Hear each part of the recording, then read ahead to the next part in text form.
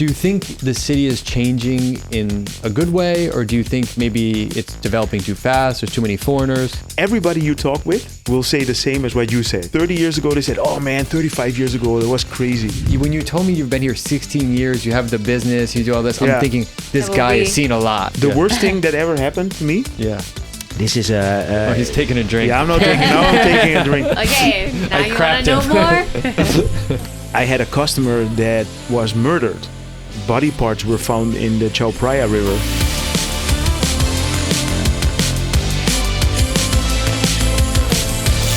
What is up, guys, and welcome back to the One Night in Bangkok podcast.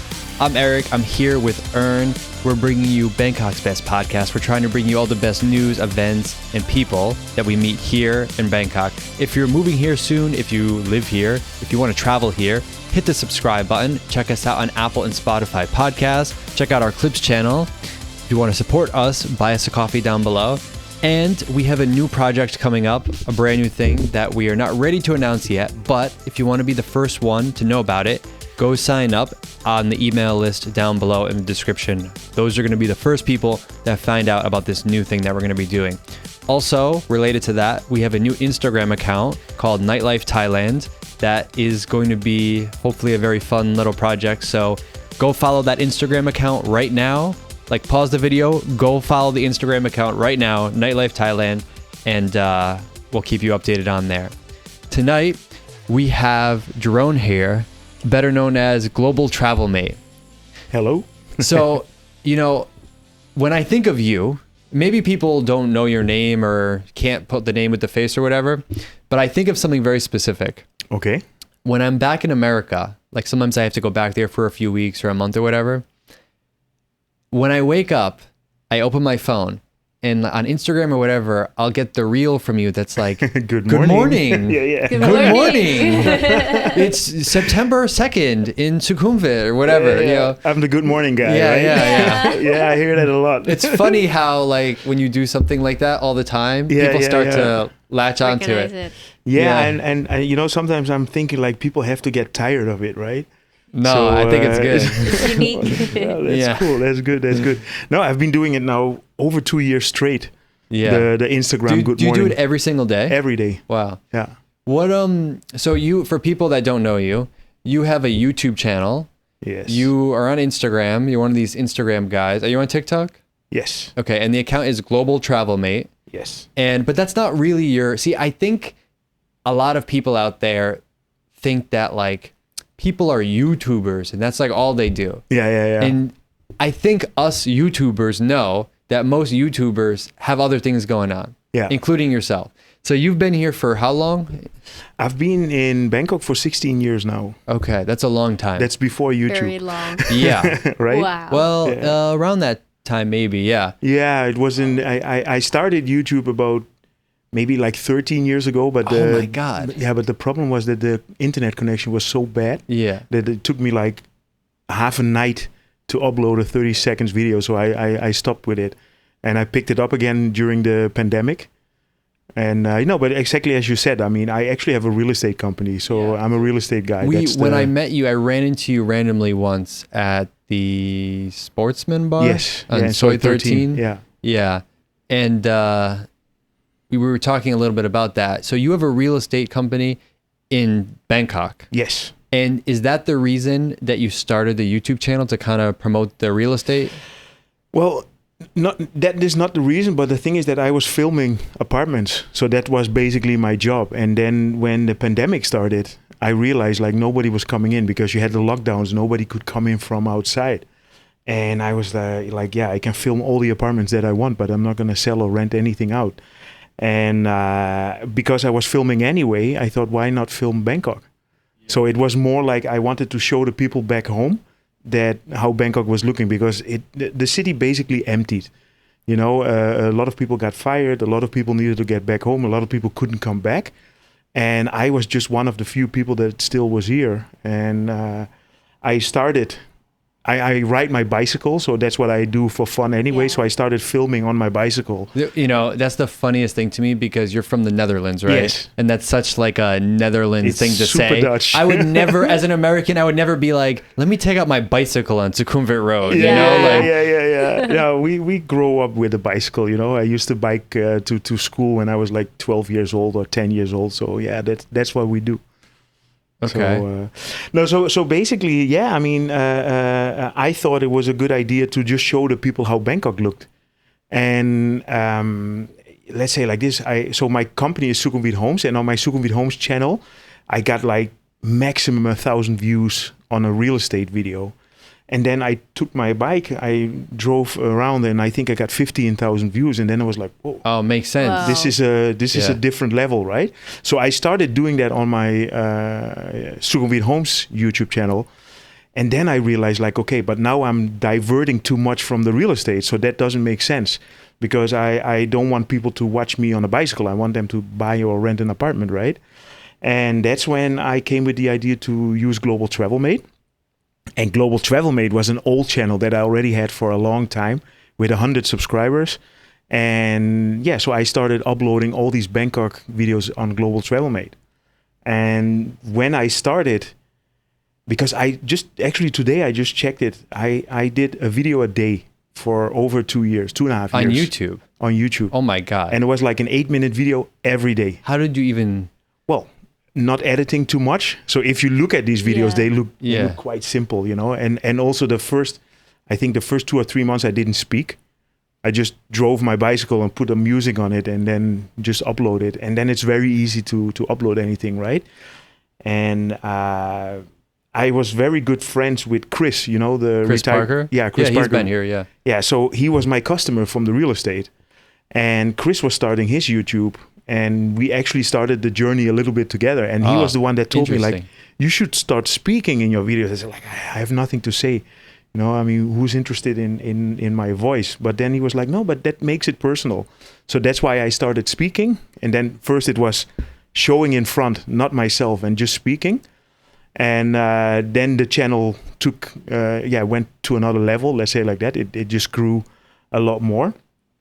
And same thing. I used to go out with Chris when he was still living here in Bangkok, you know, and it was always that people recognized Chris, but they never knew who the hell I was. I've had right? that feeling before. Yeah.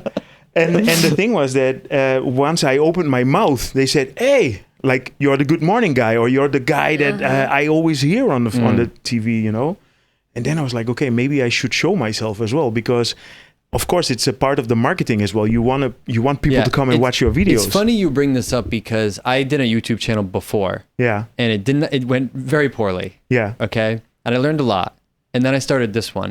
And when I started this one, I made a conscious decision to say my name and where I'm from at the beginning of every video. And I'm sorry if that annoys you guys. I know I'm from Boston. Yeah. Okay. But and also sometimes I'll share some personal things about me that might not even be relevant to Thailand. But what it does is I think people, they can relate to you more. And when they meet you, they say, oh, you're the guy from here, or you do this or whatever. So I totally get that. Yeah. Yeah. You need to have some kind of connection point, right? And basically it happened a lot because later on, because first of all, I just wanted to show Bangkok and I wanted to provide a service where I say, okay, everybody, I just want to show people how Bangkok looks. So I was riding along Central World with no traffic, you know, and it was actually quite cool to film that kind of stuff. And I got a lot of comments from people like, hey, you got me through COVID, you know, because I was watching Bangkok through your eyes. Yeah. I couldn't go myself, but you were driving around. So I thought that was really cool. But then later on, I realized a lot of people that were looking for apartments also came in through Global Travel Mate because I started filming apartments as well. So basically every 5th or 6th video was related with the real estate.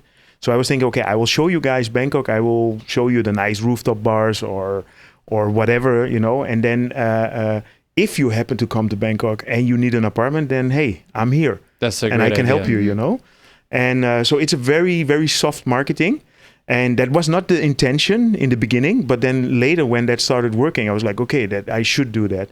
And that's when the idea came up, like, okay, if people don't recognize me, that's a little bit stupid because I'm missing the point, right? So I had people that said, but you're the guy that made the train video, how to get from Don Muang to the city center. I said, yeah.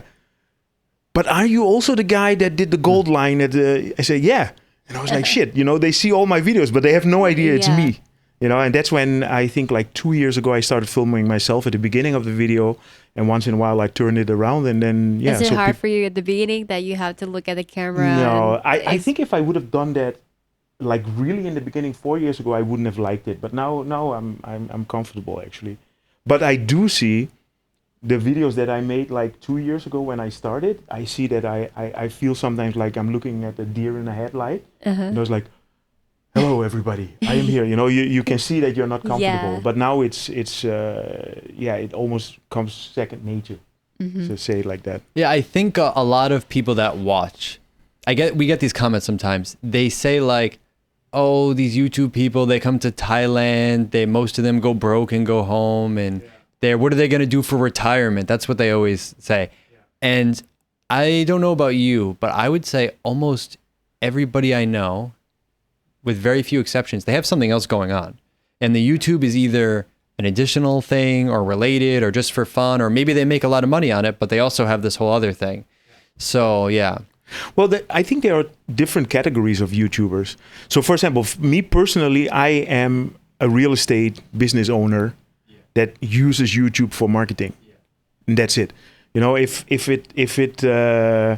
If I would not be able to make money with the real estate, I wouldn't make YouTube anymore. I would start doing other promotions to get customers, right? Because I cannot live of fame or like, hey, how are you? Or good morning. Sure, I think many people have that something else. For you, it's the real estate. Yes. For somebody else, it's... No, I think you're correct, and I think it's a good way to do it like that. To have a business. I always say like you have a business in the real world, and the YouTube is like your online world. Yeah.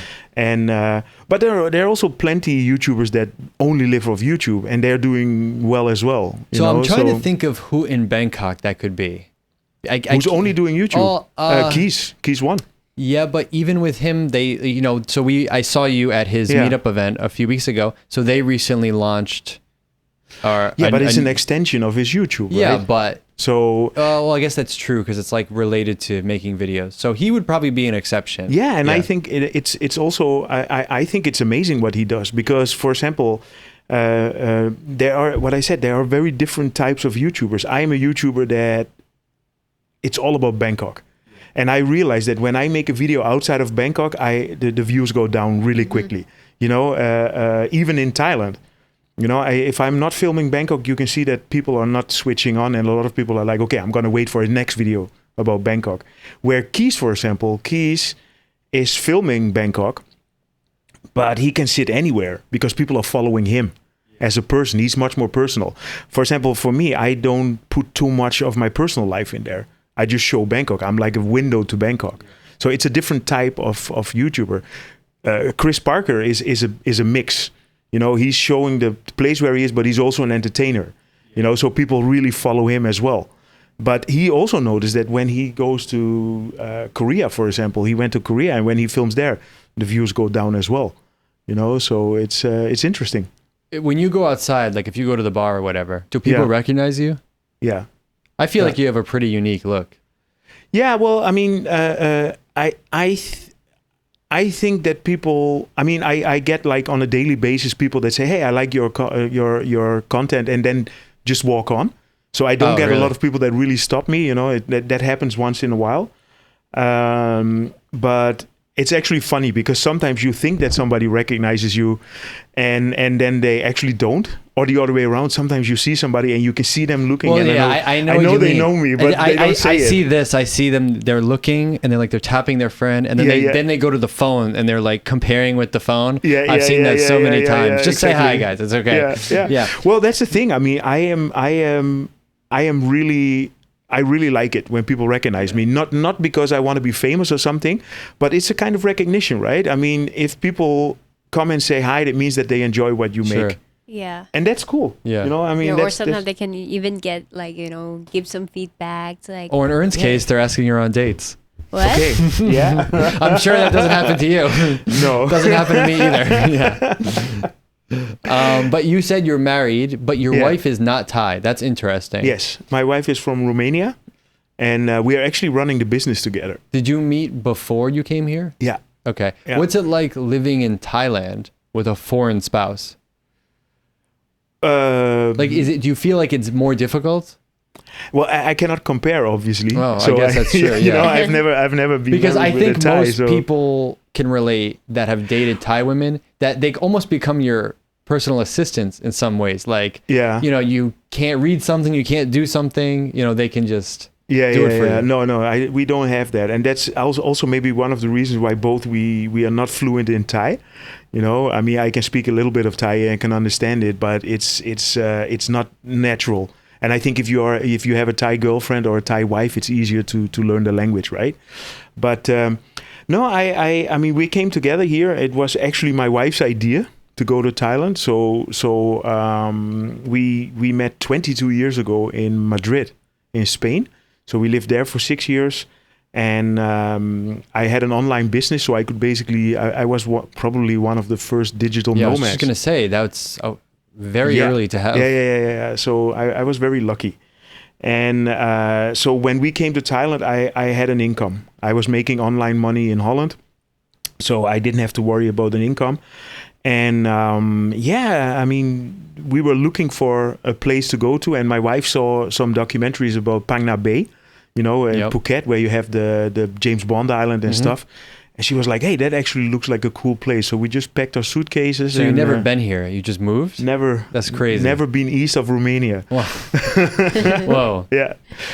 Trust your was wife. it? What was Yeah. what was the exchange rate like at that time? Do you 48. remember?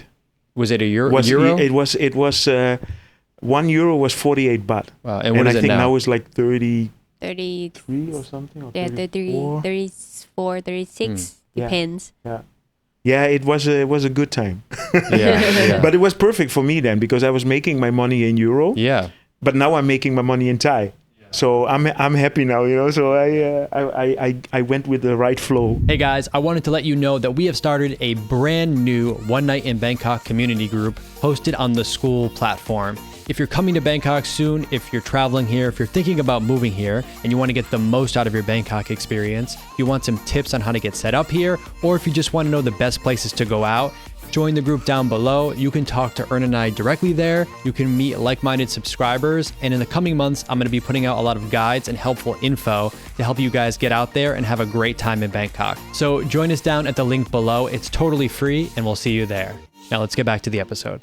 What got you to say, like, maybe I should start a business here? Well, when we arrived here, my business in Holland was starting to decrease a little bit, so it was a little bit less, and so we were just looking for another way to make money. So that's where Global Travel Mate comes from. So we started a traveling blog.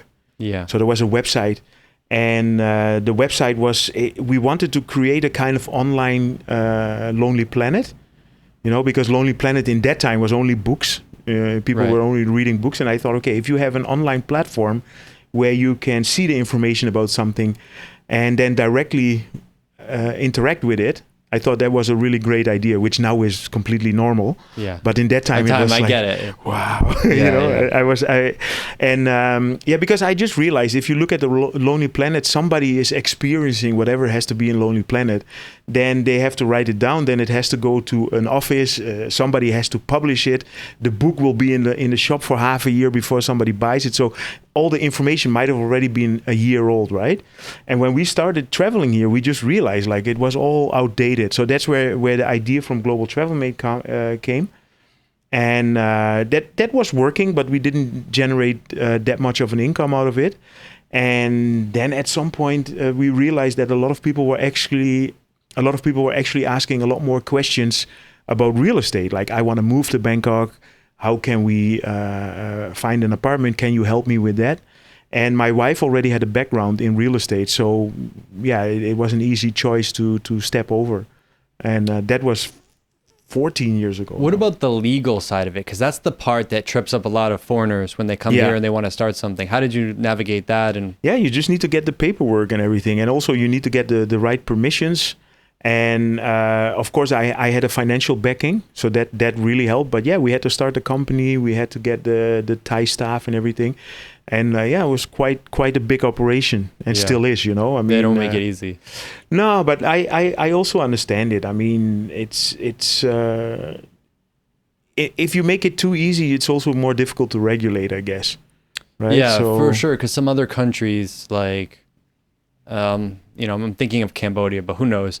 I feel like they can get overtaken by foreign influence. Yeah, well, that's not going to happen here. Yeah, that's so for better or worse. Yeah, no, I to be honest, I don't mind, because still, if you look, I mean, what I said, I'm from Holland. If you look at the regulations in Europe compared with Thailand, it's still easier to start here than in Europe. Oh, really? Yeah, definitely. Okay. I mean, in Europe, it's going to be, especially as a foreigner, it's going to be much more complicated. So if a foreigner, let's say they come here and they're here for a year, 2 years, whatever, and they think, you know what, I want this to be my home. I want to get a business going. Yeah. What advice would you have for them? First of all, come up with an idea that is not here, or something that you think. So not a beer bar. Not a beer bar. No, exactly. There's too many people that are copying. Okay. Too much things. Well, of course. I mean, I'm not the only real estate agent either. But let's say like this: if you do a beer bar, come up with a nice concept, with something that is either do some market research, make sure that there is a market for it. I said beer bar because it seems to be the thing when people want to do something. Yeah. But they have no experience, or they don't know what to do. That's like the default thing that they do. That's the easy one. Yeah. Yeah, no, but I mean, of course, there are plenty of bars and restaurants owned by foreigners, right? But the ones that are successful, they are the ones that have a good concept.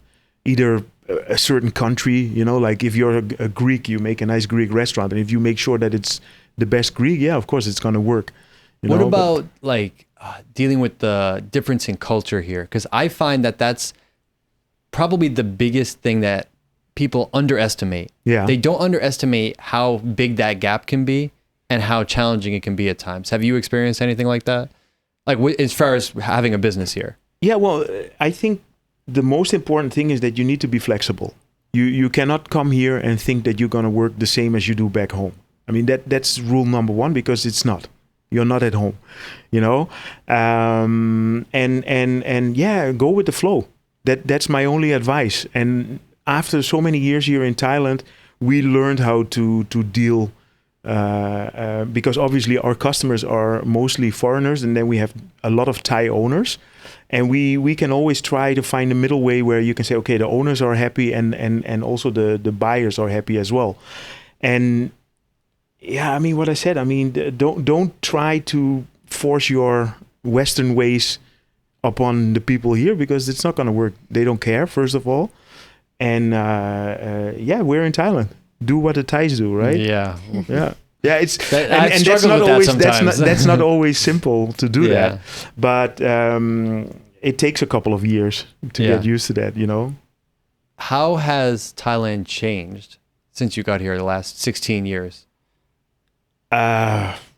Well, first of all, if you look at the constructions, I mean, when we arrived here, I mean, if you follow my channels, it's a lot about infrastructure as well. And the infrastructure is just amazing how it developed. If you look at the trains, when we came here, ONIB was the last station on the Sukhumvit line. And I think I want to point out, that's why I think ONIB, that area, is built out a lot. Because compared to some other stops, because it was an end station for a long time. Yeah, and so maybe it was like the cheapest one at the time. At that time, it was the end of the world. Yeah, I mean, nobody went to ONIB because But nowadays, it's because I always thought it was interesting how there's like a Lotus there, a Big C. There's like a lot of stuff there. Yeah. But that's the reason, because it was the last stop. I guess. So at that time it was ONIB, and then Mochit was the end station on the other side, and then you had 3 lines. Now there are 12. And that's, I mean, I think I started my YouTube 4 or 5 years ago, And I filmed the opening of the yellow line, the pink line, the extensions of the blue line. And because I'm interested in filming that stuff, but it's just amazing. That's in 4 years' time. They opened 7 lines. Yeah, has changed a lot. Yeah, and also that opens the city. You know, so if somebody now lives in Nonthaburi, they can go with the train to the town if they want. And that wasn't possible before, you know. So that's one thing, the infrastructure changed. And with the infrastructure came all the constructions. Because everybody is building next to the BTS lines. Everybody are next to the BTS and MRT stations. So in that way, it really, really changed a lot. Yeah. Was the MRT here when you got here? Yeah. But it was until Hua Lampong. Okay, so it was just smaller. Yeah, Hua Lampong and Mochit, which was Chatuchak. Right, that was the blue line. What are some things from back then that you miss? Like, was there some experience back then that's not available now to people that come here? Well, I mean, I'm missing is a big thing, but for example, you had a lot more street markets. And street food and stuff like really? that. Yeah. When I arrived here, just half a year before we came, they they forbade elephants in the city. Oh, really? They used to have elephants, not wild elephants, but they used to have elephants walking around. Like tourist elephants? I remember when I was around 7 or 8 years old. And I came to Bangkok to visit my dad because he's like a Thai boxing coach near Ramanai. Okay. And like, we just like on the taxi, whatever. And then I just saw the elephant and then we can feed them like 20 baht. Exactly. Yeah, along the way. But I don't know like when that they not allow like the elephant to walk. About 16 years ago. Yeah. They stopped with that. Yeah. So you're 23. 25. Okay, sorry. Maybe I shouldn't ask. Okay, but that's around that time. But for example, that is the thing. I'm not saying that I miss that, you know, but it was a lot less regulated. And for example, exactly what they did, they people came from outside of town with the elephant, and they were making money. So they had like bananas with them, and then they just sold it for 20 baht, and then the people could give the bananas to the elephant. Because I don't see it in my hometown, like in Ubon, I don't see like the elephant walk around. But I came to Bangkok, and I was so surprised, like that. Why? It's in Bangkok. It should be like the city, but while there's elephant walk around, they will have like the city right next to the elephant just to make the cars, like the driver know that the elephants walking. But I believe that they stopped with it because it happened too many times that elephants got hit by cars. Yeah. You know, so it was to protect the animals, and then they basically banned them. So that's one of the things. And also in that time, I remember you had a lot of street bars, but it was more like VW vans, you know, these old vans. Oh, well, they still have them, but you're saying there's way more? Yeah, really? In Sukhumvit 11, it was packed. If you haven't seen it, guys, what we're talking about, there'll be like a van, a car, whatever, and there's like a homemade bar operating out of the back of it. And some of them look pretty cool. And sometimes they set up just like a street side bar. I always wondered who stops at these street side bars. Why would you buy alcohol there and make that your night? It used to be part of the nightlife, to be honest. You know, if you went to Sukhumvit Soy 11, you had like literally 20 of these streetcars everywhere. And then people were just sitting on the bar and having a drink. What was Soy 11 like then? What kinds of places were on it? In that time, what I remember, what was a very popular place is called Cheap Charlie's. And Cheap Charlie's moved to Onut. And so there was an area at the beginning of the street. Do you remember, when did you come to Bangkok? 2019. Okay. So you must have seen these street bars that you had on the left side in Soy 11. You know, to be honest, I never really went to Nana for the longest time. Okay. So, and if I did, I didn't remember. Okay. Yeah. So when you get into Soy 11, on the left side, there used to be an area where you had a lot of street bars. But before that, there used to be a huge hostel and restaurants. So Charlie Brown's used to be there. What I said, Cheap Charlie's was on a corner. And they had all kinds of like a little train driving around and all this kind of stuff. And it was really train. Cheap. Yeah, like a little like a toy model train. or Yeah, something, not a real one. Oh, I didn't know. Like, Well, you know, is there like a kid in the train? Like, who's in the train? Yeah. Okay, I got you. So it was a bit more like a Khao-San But vibe. was it seen as like, how can I put this? Was it seen as like a kind of dirty place then, or No, I not don't really? think so. I don't think Yeah. so. I think the same as now. I mean, I don't consider Soy 11 a dirty place. When's the last time you've been to Soy 11? Yesterday night. Really? Yeah. It's changed a lot in the past few years. Yeah, I think. yeah. No, but it's. I live in the area there, and you know what it is in Bangkok. You can see and you can do and see whatever you want to see and do, right? Okay, that's fair. Yeah, and the thing is that I mean, you have Soy Cowboy, you have Nana, you have 11, but for example, 11 doesn't compare at all with Nana and Cowboy. For example, that for me that is a different story, and then it also depends if you want to go there or not. Because for example, if you look at Soy 8. That's across the street from Yeah. Soy 11. That's a very nice, quiet street with nice restaurants and stuff like that. And it depends. If you enter Bangkok, you can turn left or you can turn right. It's up to you, Yeah, right? sure. That We've got everything for you. Yeah, I think so. the amount of variety in this city is amazing. Yeah. Yeah. From before the pandemic, like, I came here about a year before the pandemic. Yeah. You know, I feel like now a lot of the romantic things that I used to think about Thailand, that I heard about Thailand, they've kind of evaporated. And I'm not sure if it's that things have changed or just because I've been here, you Yeah. know, like however long now. Do you think the city is changing in a good way, or do you think maybe it's developing too fast? There's too many foreigners.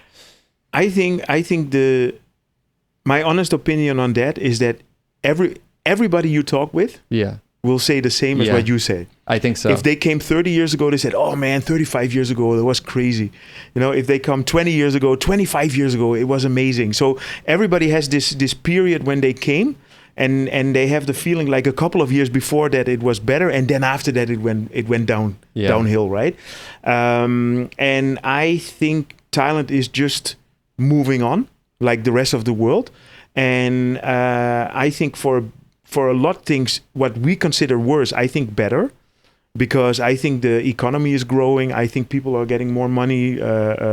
So I think the Thai society in general is getting better, which is good. So let me ask you something about that, especially because you deal with real estate. Okay. So I've noticed the cost of living in the city go up dramatically in the last few years. Yeah. And many people in the comments will tell me, well, it's not just Thailand, it's everywhere in the world, which Yeah. might be true. But do you think that, you know, with the larger foreign influence, more tourists coming, more interest in Thailand, more people like me, you know, leaving my home country and coming here, do you think that's having like a net positive effect on the city? Or do you think it's just making it hard for the local people to live now because they have this influence, this influx from all these outsiders? I think because the outsiders all live in the city center, right? So I mean, if you look where the most expats live, it's the Western expats. You would say maybe live around Asok. Then the Japanese live in Tonglo. So yeah, those areas the prices go up. But I think if you look at local people that work in 7-Eleven and all this, they never live there anyway. That's true. You Like know? I went out to, I recently got a motorcycle. Okay. And I was going helmet shopping. Okay. And there's like 5 helmet shops in Bangkok, and they're not anywhere close to where I am. Yeah. So I went out to who knows what, like far out. And it was really interesting to ride around an area where there's no foreigners. Yeah. There's not even businesses that cater to tourism or anything like that. It's just Thai people living their everyday lives. Yeah. And sometimes I forget that Sukhumvit is not Bangkok. No, it's a bubble. You know? we all live in a huge bubble here. Yeah. Absolutely. Yeah. And you notice it exactly what you said. The moment you get out of the city center, and especially when you go outside of the city, it's the same bad Thailand as always. You know, I mean, nothing changed there. And maybe you know better, but I mean, do you think like that the rents for normal Thai people went up a lot or no? I think it's what can I say? Like For me, it's the same. It's not. Yeah. It's not that Well, different. Erin got to Bangkok like 2 years ago, so Yeah. Wait, when did you come? Like during the middle of COVID or something? I around like 5 years ago, 4 or 5 years. Oh, okay, so it was Yeah. longer. Okay. Yeah. Yeah. But I always stay in like this area, Sukhumvit area, Lapao area, Yeah. not far from here.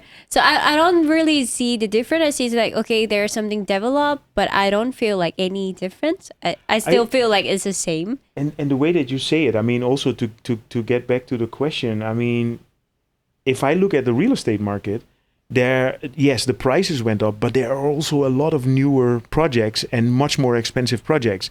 So if I just think back, I used to live in 15 Sukhumvit residences. That's between Soi 13 and 15.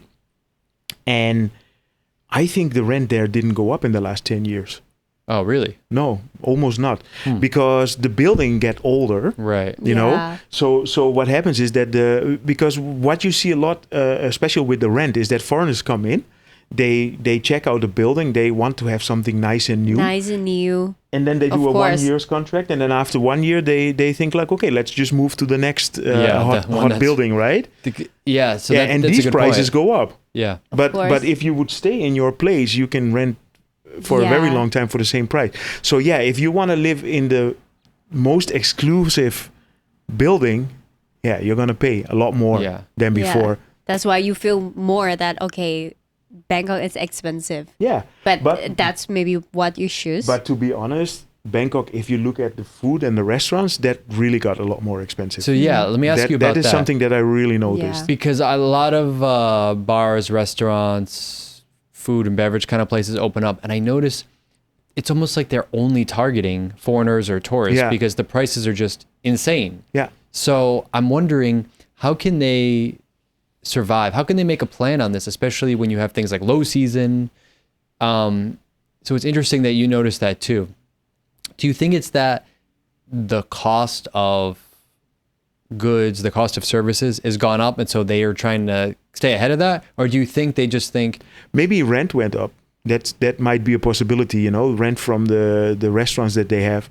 And especially COVID really did a lot there, because what happened is with COVID, a lot of rents went down, but now they are stabilizing to get back to the old rent again. And so I think that is maybe an issue, and I think some of the owners, they might say, look, I mean, you have a good location here in 11 or 8 or whatever. If you want to stay here, you just pay more. And that you have to calculate in the prices, right? And I also think, because also if I look at a lot of the expensive restaurants, I don't think it's too much the foreigners that go there. There's also a lot of Thai people now that have a lot more money to spend and are willing to spend. You know, I mean, if you look at Thong Lo, for example, there is mostly Thai people that go there, and they're quite expensive places as well. So, I don't know. It's a bit of a balance. But what I do notice is, for example, I have a few restaurants where I already go for like 10 years, and the prices are maybe even double now. Yeah. You know, and that I can really see the difference. You know, that's something where I can very easily compare. And I mean, definitely it's more expensive. Okay. Since you're in real estate, for a young foreigner guy like me, let's say I'm coming to move to Thailand, where do you think I should live? And what do you think like a reasonable budget range is for like a Western style condo? Okay. That's a difficult one, because because Bangkok is so big, you know. It's very well, that's actually one of the things. If I look at all these YouTubers, now I'm saying all these YouTubers, right? It's like everybody has their own opinion, and I think it's very personal, because do you want to live in the middle of all the nightlife, or do you want to be in a quiet area, or do you want to because, for example, what I said, when I came here, Onut was the end of the road, right?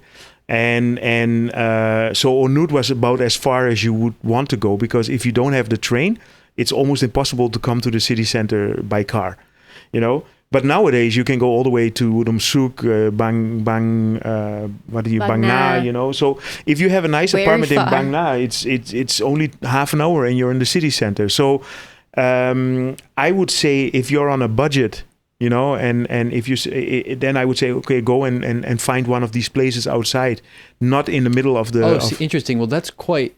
My thought on that is it's quite far, and from me kind of exploring out there, I think if someone was new to Thailand, it might be a little difficult for them because the level of English and the amount that it caters towards foreigners might be a lot less. Yeah. What do you think about that, or you're just thinking strictly price? It's like, there's Google, well, I'm thinking whatever. budget first of all, right? And but I mean, if I look, for example, at the guards that I live in the heart of the city, and the guards don't speak English either. Well, that's true. So are your guards speaking in my English? area, I live in La Prau. I barely see foreigners, but there are some. So I think like if you're on budget, I think it's also a good area. Yeah. And like nowadays we have all the social Google Translate and everything. I think it's easy. It's not too difficult. It's not too difficult. And I think the most important thing is to have the connection with the MRT or with the BTS. So if you're close to a station, then it's just half an hour or 20 minutes to get somewhere. Well, what do you think people can get for their money? Can you give me an example? Like if you have this budget, you can expect this. Because the problem is everybody knows you can rent in Bangkok a luxury for $500 a month, which that's true. But it means exactly changes depending on some details. So of course. Can you give some examples from people that might not be familiar? I can give it a try, but I mean, I'm not in that budget myself, we do luxury real estate, and the rentals at our company start with 75,000 baht up. Okay, well, what can you get for 75,000 baht? That's about $2,000 US. You can get a nice 2-bedroom in the city center. So one thing I've noticed about 2 bedrooms here, because originally I moved recently, and I was thinking, should I get? I lived in like your standard, very common 35 square meter Bangkok luxury apartment with the rooftop pool and all this. When I moved, I wanted to try to get something slightly bigger. Yeah. And I was thinking about getting a 2-bedroom. But what I noticed was a 2-bedroom, from what I was seeing, was usually double the price of a 1-bedroom, which I thought was odd because where I'm from, it wouldn't be double. It would be like 1.5 times as much. Yeah. So, and the other thing was with a 2-bedroom, usually the 2nd bedroom is like very small or like maybe not as usable as you would want it to be. Yeah. So, can you maybe talk about the benefits of like newer buildings versus older buildings? Because I think the styles are quite different. And like, well, to get back, when I'm talking 75,000, I'm talking a spacious 2-bedroom. That you can get, So, because if you look at 2 bedrooms in the newer buildings, they are mostly very cramped, right? Yeah. They are very, you can get like 60 square meters, 2 bedrooms. And then you really have the thing that the 2nd bedroom is it's more like it's like a walk-in just closet. a bed. Yeah, you can put a bed and that's it, right? I mean, what was the question again? Yeah, so because people come here. You can cut this, right? Here's the problem. No, I'm leaving this all in. No, I'm just saying cut. The people are seeing, this is what happens. They're sitting in, let's say, Boston in the cold winter. No, I get it. And they see all these youth, they see all these people coming up with these amazing stories like, oh, you can live here for $1,000. Yeah. Right? Whatever. I mean, well, you can for sure. But you cannot do anything. Yeah. Right. But even when it comes to the rentals, yes, you can rent an apartment for $500 a month. And yes, you can even do it in Sukhumvit. Yeah. Around here, I think. But it's going to be like a shoebox. Yeah. And it may be, and even if it's a new building, it might be better to go with an older building where you get more space. Sure, there's not going to be an infinity pool on the roof, but maybe you have bigger room, you have some other benefit. Well, just to give an example, what I said, I used to live in 15 Sukhumvit residences. There you have studios for 15,000 baht, which is $350, I think. Maybe more like closer to 500, 450, $500. So but what you said, then you have 28 square meters. You basically have a bed. So that's a really small one. That's really small. But a lot of people decide to just do that. They say, okay, I just need a place to stay. Yeah. And if you do it like that, then you have enough money to eat something, and it's all very personal. Yeah. You know, and of course, you can live here for $1,000. You can probably live here for $500 if you want. You know, if you go all the way out in the sticks, you can get something for 5,000 baht a month. You know, which is $150. And you see the videos about that as well. But it's I think if you're just realistic and because you come here because you want to have a nice life, right? You want to have an upgrade from where you live. And if you live in a shoebox, maybe that's not really an upgrade, you know? But for a lot of people, that might be already enough. Okay, let me ask you like this. Okay. Let's imagine a young Jeroen. Yes. Even younger than now. Okay, Let's say around 30 years old, okay? Yeah. And let's say you're coming to Bangkok and you're ready to start a new life here. And let's say you're on your own. You don't have a wife or anything. What would you recommend to yourself about like budget and what type of room to get, what type of building, and what area? Can you describe that to me? I would probably go around ONIB. Okay. Something like ONIB. I mean, because there are a few newer buildings that are next to the BTS there. I would probably try to get 40 square meters. Okay. You know, just to have a bed and a desk. Because I guess if I was 30, I have to work, right? And then basically there you can pretty much do anything. You can go to the supermarket. You can get your food. You can eat on the street. There's street beer gardens and stuff like that. This is a great example. So if you get a place in ONIB, there's a lot going on outside. You can get a building right next to the BTS, 40 square meters, which isn't big. But it's not like... It's enough. It's not like you're claustrophobic. Yeah. How much do you think that would cost if you did it today? I think that's probably like 15 to 20. 15 to 20,000 baht. Okay. Yeah. So that's good. Yeah. That's a good baseline. Yeah. So obviously if you come closer in, like Ekamai, Tangla, it's going to go up. Yes. And if you go further out, well, it's going to go down. Also in these areas, you can also get good deals, but then you're in the older buildings, right? And I would say it's probably a lot of research to find that. Well, unfortunately, and this kind of this has happened to me. You come here and you're like, okay, I got 2 days to find a place. And I don't know. See, I don't know if you know this end of it. But like people will go on DD property or something and they'll see all these listings that are available and they'll contact the agent. And it is a complete nightmare dealing with these agents. Yeah. Because the listings that are up, they're not available. Let me show you a different one. Oh, here's a 3-bedroom. I didn't want a 3-bedroom. I wanted a 1-bedroom. I'm a single guy. Like it's this kind of thing.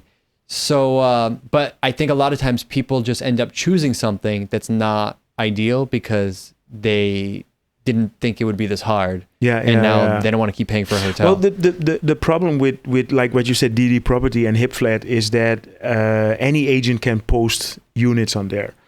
And what happens is that, you know, sometimes a building has like 300 units available, but it's like 20 times the same unit, you know, because 20 agents put the same unit in there. Right. And then the problem is that as an agent, it's very difficult to keep up to date because some agents put like 500 listings or 1,000 listings or whatever. So if I put anything on today and I don't call the owner, tomorrow it can be gone. Yeah. Right? So there is a lot of clutter in there. And a lot of agents also leave the units in there because they're thinking like, look, if somebody calls me, I will try and find them something else.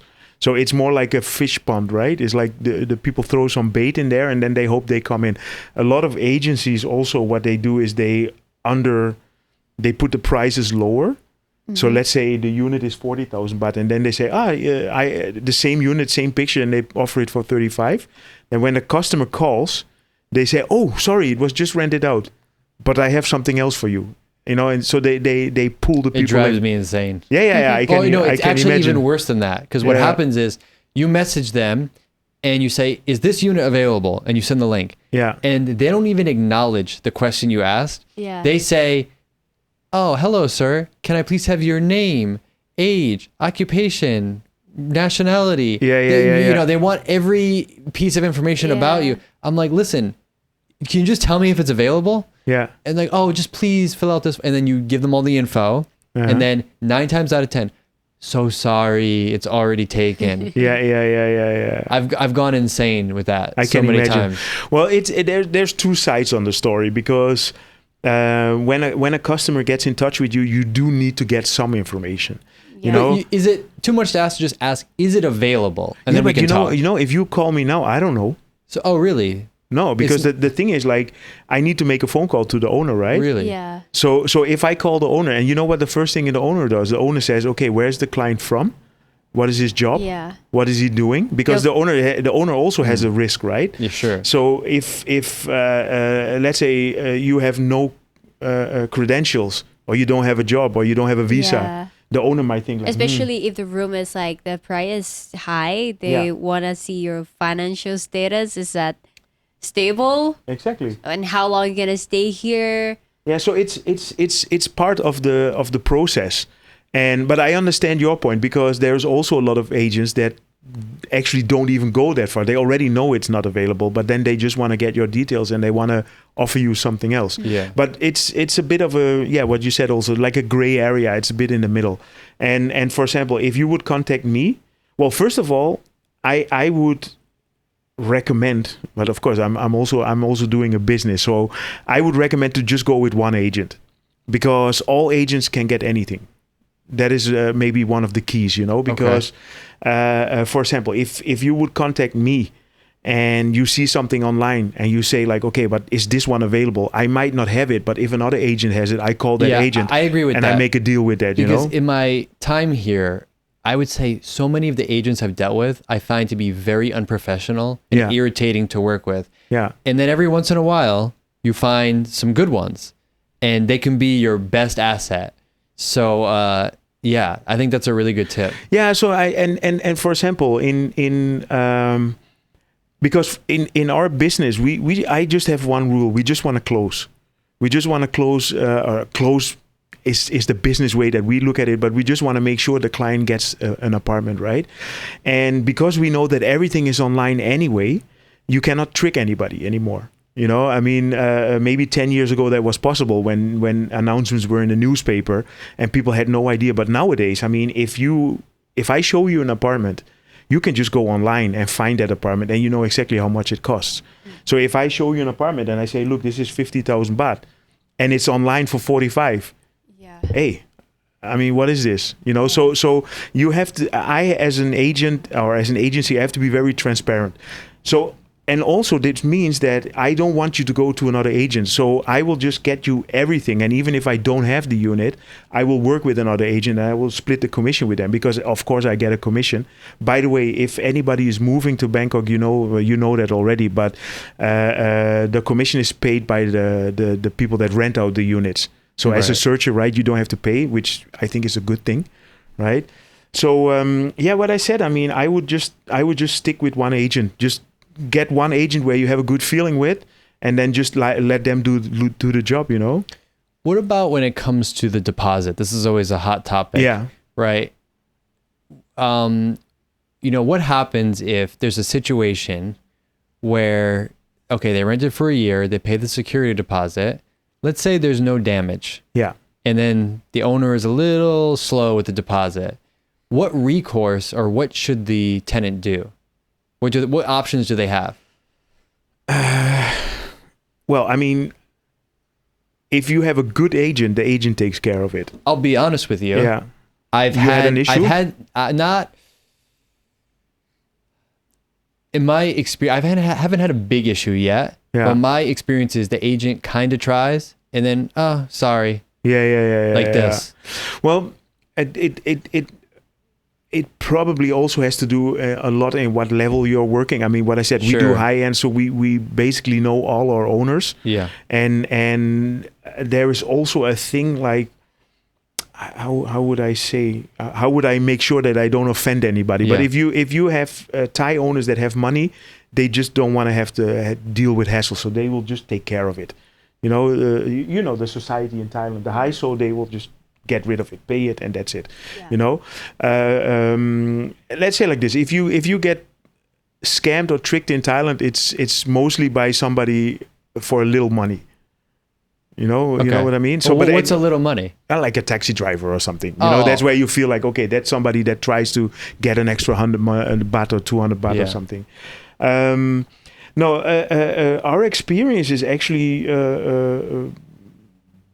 most owners are honest. We had a couple of issues, but then it was actually with foreign owners. Really? That were not. Can I ask Western foreigners or other foreigners? Canadian. Oh, interesting. Okay. Yeah, that's actually the only one that we had. Interesting. And it was just a guy that just refused to pay the deposit back. And in the end, we helped the tenant with getting a lawyer, and we got a court order and everything. So we had to go really far. But this was, you're talking 150,000 baht rentals. So then you're talking about the 300,000 baht deposit. Yeah. So then it's worth it. And I think if you, I mean, what I said, I mean, it's difficult. You never know. Okay, I got a few. I'm gonna give you a few quick questions related to this. So in Bangkok, it's kind of standard to do a 2-month security deposit. Yes. Correct. Yeah. Now, wasn't there some law where like if the owner owns more than tell me where I'm wrong here. If the owner owns more than like 5 units, then they can only take 1 month security deposit. Yes. Is that true? Yes. But the issue with that is you'll never know if they own more than 5 units. And even if you do know and you say, hey, this is the law, blah, blah, blah, blah, they'll just say, okay, see you later. Yeah. Am I right? Yeah. Okay. You're correct. So basically, that applies more to like apartment buildings where you have like one building with one owner. So you know there are 30 units. You know there it's easier to do it. But this is also something that played around maybe 7-8 years ago. There was a big issue, but it all basically mellowed out. And yeah, for that reason, I mean, if you don't know how many units the owner have, actually, what we said in the beginning of the interview, you just have to adapt to the Thai ways. And Thai people sometimes they are like, okay, if you don't want it, you don't want it. That's it. And then there's not much you can do, you know? Yeah. So some owners just insist. They said, look, I want 2 months deposit and that's it. What if they said, I want 3 months deposit? Would you see that as unreasonable? Yeah, I mean, I wouldn't, as an agent, I would fight for that. And the only reason could be if somebody maybe has a pet, like a dog or something. You know, that can sometimes happen when somebody brings in a dog or that the owner says, look, I don't want the dog to ruin my furniture, so I want to have an extra month deposit. But normally, no, that shouldn't be. Now, this is something I'm unclear about. Like when it comes to the deposits, legally speaking, so I know in Thailand, the law and what's done in practice is often different. And by the way, I know you're not a lawyer, or so it's okay. But legally speaking, if you want to break your contract early, are they allowed to keep that security deposit, or is it strictly for damages? I know they do. I know they want to keep it. If you break the lease, it says in the lease that if you they break can put whatever they want in the lease. Yeah, no, but they can put that you're going to make me 100 peanut butter and jelly sandwiches for the rest of the year. But you signed the lease before you took the unit, right? Sure, but so in basically, and this is to protect the owner, because the thing is that people are you always have. For example, as an agent, we always have to think about the owner's rights and the tenant's rights, right? And what you see online a lot is that everybody's always thinking in the tenant, like, the owner is the evil one. But it's a lot of times also the other way around. And people, for example, you don't want to have somebody that says, look, I just want to stay 2 months in Bangkok and I just sign a 1-year lease. And then after 2 months, I leave. Okay, you leave, but you lose your deposit. I get it. Yeah. I've always just been curious about, because I know this is what's done in practice. Yeah. But I'll just compare with my home country. You can't do it like this. Like, you're allowed to keep a certain amount of money, but you can't just keep the whole security deposit. Yeah, because you have it in your account already. If you have these kind of situations, you get into a situation where you negotiate. You know, so let's say somebody. We have situations like that. Somebody has to leave after 6 months because they got fired or whatever. They divorce. Yeah. And one person has to go home or whatever. Then in general, we always negotiate with the owner then, you know, and then we just say, look, this is the situation. And most of the time, actually, the owners are fair and they say, look, I will give you half the deposit back, for example. Yeah. Okay. So, I mean, we It doesn't happen a lot, Yeah. but it does happen. But it's basically based on the goodwill of the owner then. Yeah. Because if the owner really wants to stick to the contract, they have the right to keep the deposit. Do you think there's cultural differences in being a landlord between Thai, Western, and some other groups? Do you notice? You don't have to say which ones. No, or what, obviously. I mean, like their expectation is different or something like that. I think no, but I think most, if you have foreigners that own here, they are mostly here for a longer time, and they also adapt to the Thai culture, right? So but nah, I mean, let's say like this: our experience with Thai owners is always super positive. Okay. Oh, not always, but the majority. You know, they are always fair, and because also here in Thailand, it's important to not lose face. You know, so people that have money, they won't make any issues. And honestly, also foreign owners. I'm gonna tell you about a situation after that I'm dealing with. Okay, that's good. I'm listening to you talk right now, and I'm like, very interesting. Okay. Sorry. But for example, if you look at cultural things, I mean, I had a situation one time that there was a guy from New Zealand. Yeah. There was a young guy, and he rented an apartment, very nice apartment, and he completely run it down. You know, he was. I've never seen something like this. So he had like a year contract. He paid everything in advance. Everything was fine. And then after a while, the owner called me. He said, "Okay, I didn't receive the rent for the last 2 months." And I was like, "Okay, so let's go and check it out." And he waited 2 months to contact you. Yeah. Really? Yeah, or after 1 month, but then in the end it was 2 months when by the time that I'm actually shocked. I would think after like 7 days they'd be on the phone. Yeah, but I mean, I actually don't know what the reason was why they waited so long. But but it was a situation where the owner waited a little bit, and then they said, "Look, I didn't receive the money. Can you get in touch with them?" And I tried to get in touch. So maybe they contacted me after the first month. Okay. Then I tried to get in touch with him, and we just couldn't reach him until we get to a point like, okay, we need to open the unit because and we did, because we went into the unit, and it was a complete mess. The guy was smoking everywhere. He put his cigarettes everywhere. He lit a fire in the bathroom. You know, it's like he lit a fire. It was crazy, and he was gone. He just left, right? So yeah, this was a situation where the owner was really the victim, because couldn't keep the deposit, and the deposit wouldn't cover not even half of the damages that this guy made, right? And but so for example, this was an example where the owner was the victim, and but also the owner blamed me, you know, because you brought him the guy. Yeah, and I mean, I didn't know that this guy was going to do that.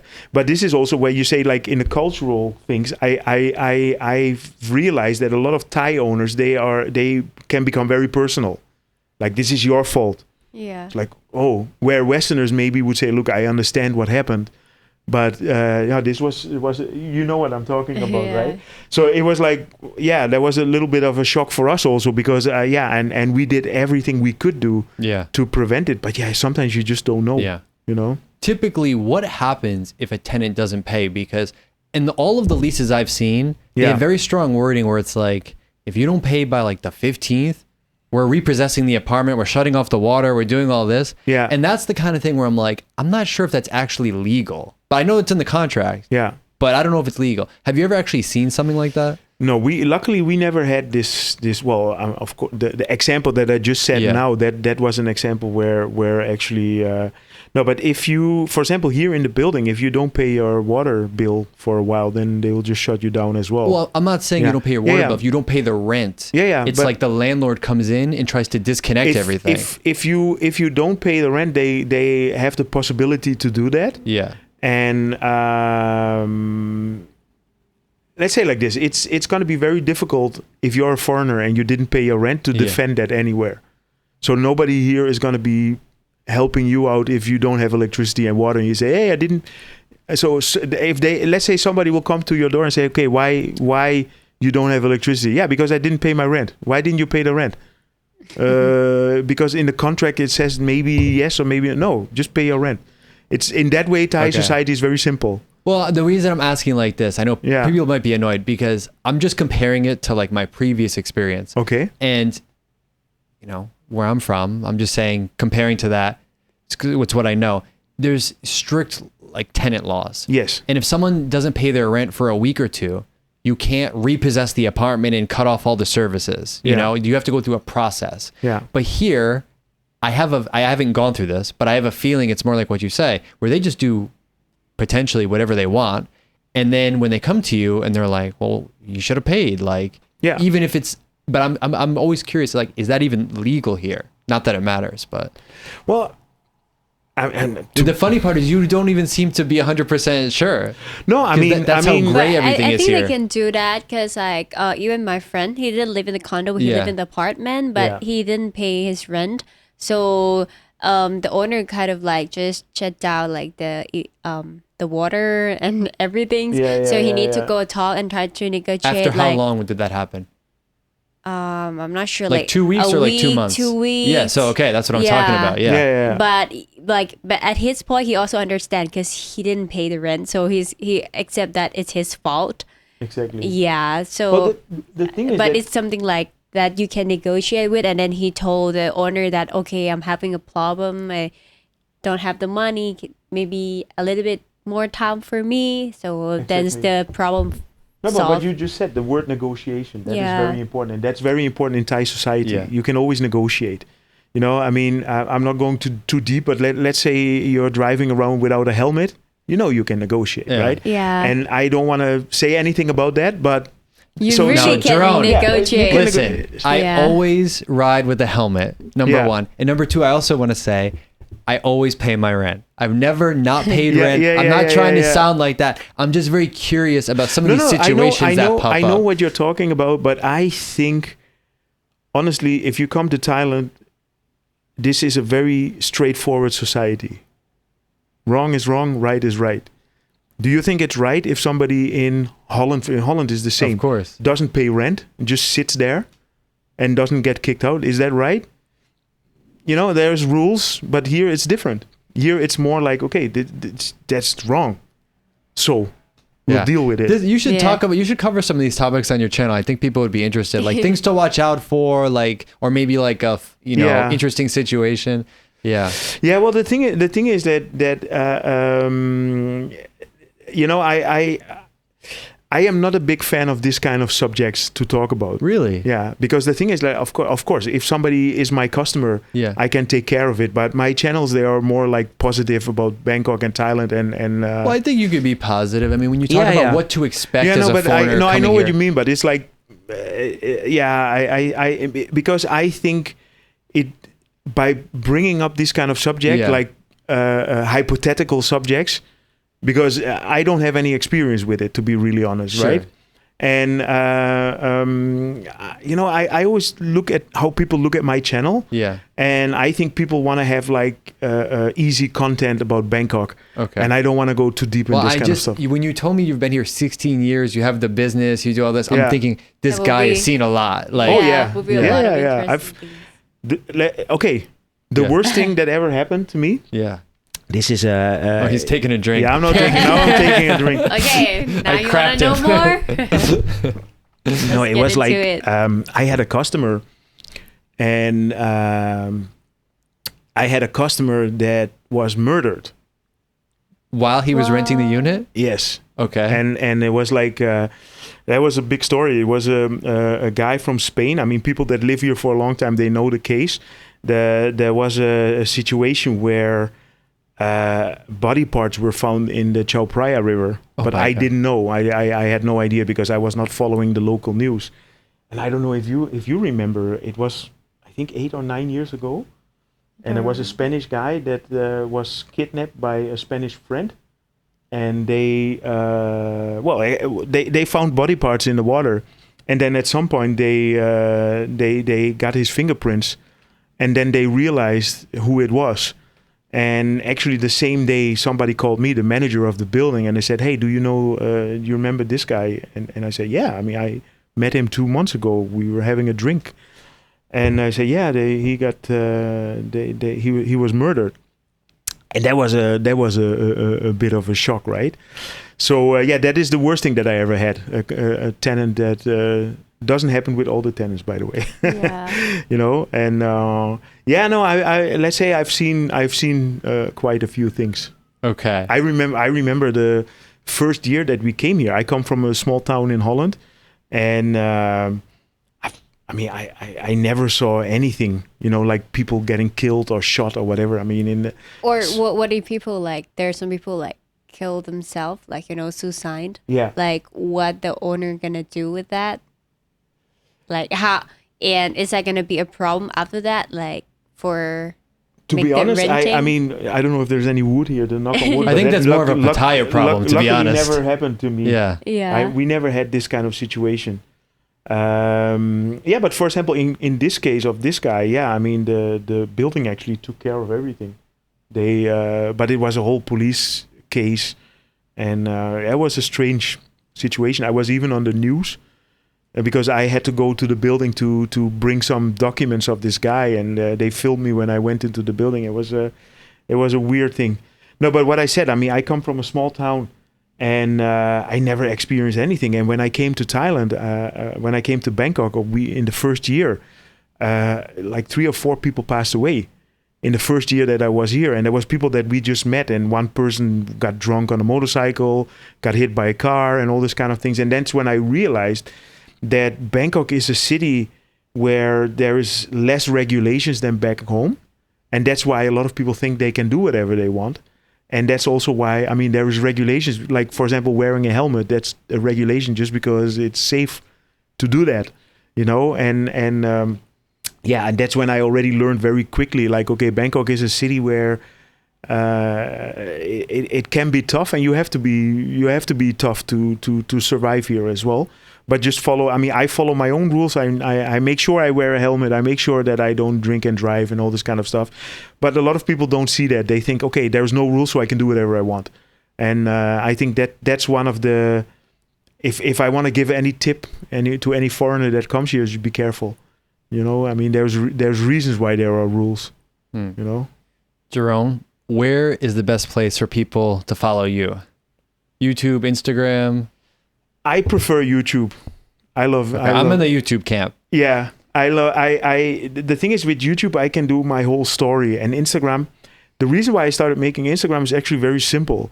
Some of my most popular YouTube videos were about rain. You know, it was like, if it rains really hard in Sukhumvit, I get my umbrella out and I film the rain, and these videos do really well. And then I realized that a lot of people were commenting and saying, "Oh, I canceled my flight because it's raining all the time in Bangkok." And I was like, "No, I mean, it's raining when I'm only going out when it rains. It doesn't mean it rains the whole day." And that's when I got the idea, like, why don't I use Instagram to just give a daily update? Every morning, I'm just gonna get out there and show you it's not raining every day. That was the idea of the Instagram, right? And that's like 2.5 years now. I think that I started with that.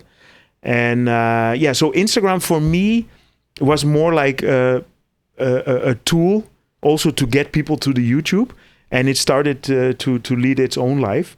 But for me, YouTube still, I like YouTube. I mean, Instagram is okay, but it's like YouTube is my thing. That's where I can, if I really want to tell something about Bangkok or show something cool, then I do it on my YouTube channel.